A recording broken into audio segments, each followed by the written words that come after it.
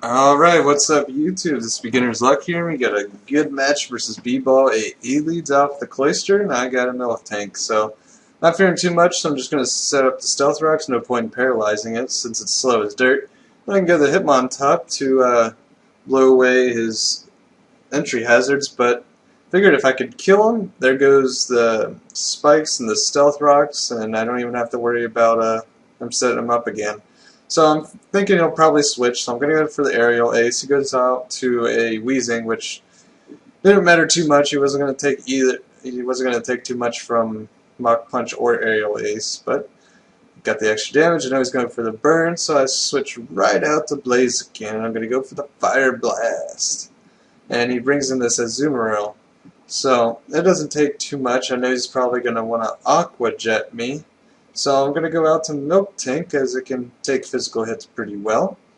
And that does a lot. 49% to Milk Tank. Yeah, he's definitely banded. Like, that thing is not that beastly. It's pretty good, but it's not that beastly. So, pretty sure he's banded. Gonna Milk Trick here. I lose 2 hit points, and he's not really doing anything. So, he's probably going to switch out here, as it's not too productive for either of us, and he goes out to Blaziken. Now, he's going to go for the fighting move, but he might go for the fire type, just predicting the switch. So, he goes for the flamethrower. It does a little less than half, but after Stealth Rocks, it's going to be a 2-hit KO. So, nothing I can really do here. Spirit Tomb can't really take superpowered hits like that. You can take some special hits, but not like Blaziken status special hits, you know. So, out goes Spirit Tomb, unfortunately. But, here comes the Hitmontop. I know a Mach Punch won't kill it, so he's obviously fearing it for some reason. But, probably because he couldn't one-hit KO me, and I could threaten him with the aerial ace again. So go for it. He goes out to Wheezing. Wheezing's looking below half, so that's looking good, just from the 2 aerial aces and 2 stealth rocks. So, he's probably going to go for a pain split. Unfortunately, all my guys are relatively high. So, I go out to this thing, just paralyze it just because, you know, status is always good. But, so just going to try to stay in here and get some damage on him. This Sludge Bomb does some decent damage. So I'm going to Milk Drink up as he switches out the Cloister. This thing probably wants to finish setting up on me. But, yeah, I just felt like staying in and getting my health back up, just kind of whittling this thing down, because I can't really recover. So he rapid spins away my rocks. Not too big of a deal. I mean, granted, his team doesn't have huge stealth rock weakness, so switch out. He makes a real good play here and goes to Alakazam, predicting my Hitmontop switch. So that was a really good switch for him. And now I'm in a bad spot. You gotta sacrifice something, or something's gotta go here.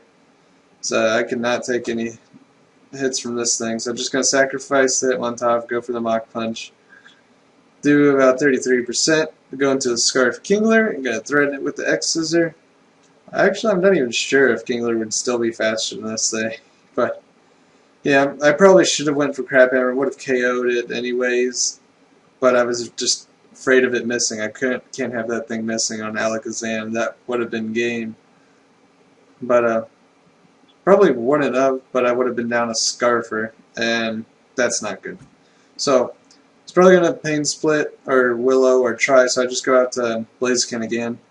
Now I'm thinking he might want to switch out to Azumarill, so I'm going to go for the superpower, predicting his switch. I mean, and he doesn't switch, so that I lost my Blaziken, where I should have just went for the safe Fire Blast. It would have done a lot. But I bring in the King. He's going to kill with whatever attack, so I just go for Thunderbolt, kill that bitch off. Now here comes the comeback. I am down. Like, he had 6 and I had 3. I'm coming back. Here we go. Now, I'm going to go for the Thunderbolt. He's probably thinking I'm going to switch out, fearing some Aqua Jet. But no. I've read him. I'm going to go for the T-Bolt. He can get the fuck out of there. And down goes the Azumarill. Big threat. Here comes the Registeel.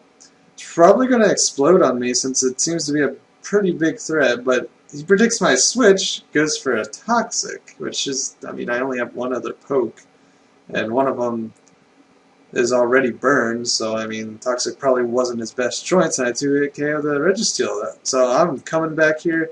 Apparently he doesn't know the power of Nidoking. I'll fucking Sucker Punch that Alakazam to hell. Cloyster slows dirt. No special defense. Thunderbolt that bitch. He gets a little Ice Shard. Does 51%. And here comes his last poke, the Blaziken. Gonna go for the Sucker Punch just to try to do some damage so Kingler or Miltank can finish that thing off. But he uses Vacuum Wave, and Sucker Punch doesn't work on Vacuum Wave. I mean, it's still an attack. I know it's priority, but I didn't think it worked like that. But nonetheless, here comes Kingler, and he's gonna go with superpowers, finish it off so I don't miss with Crab Hammer.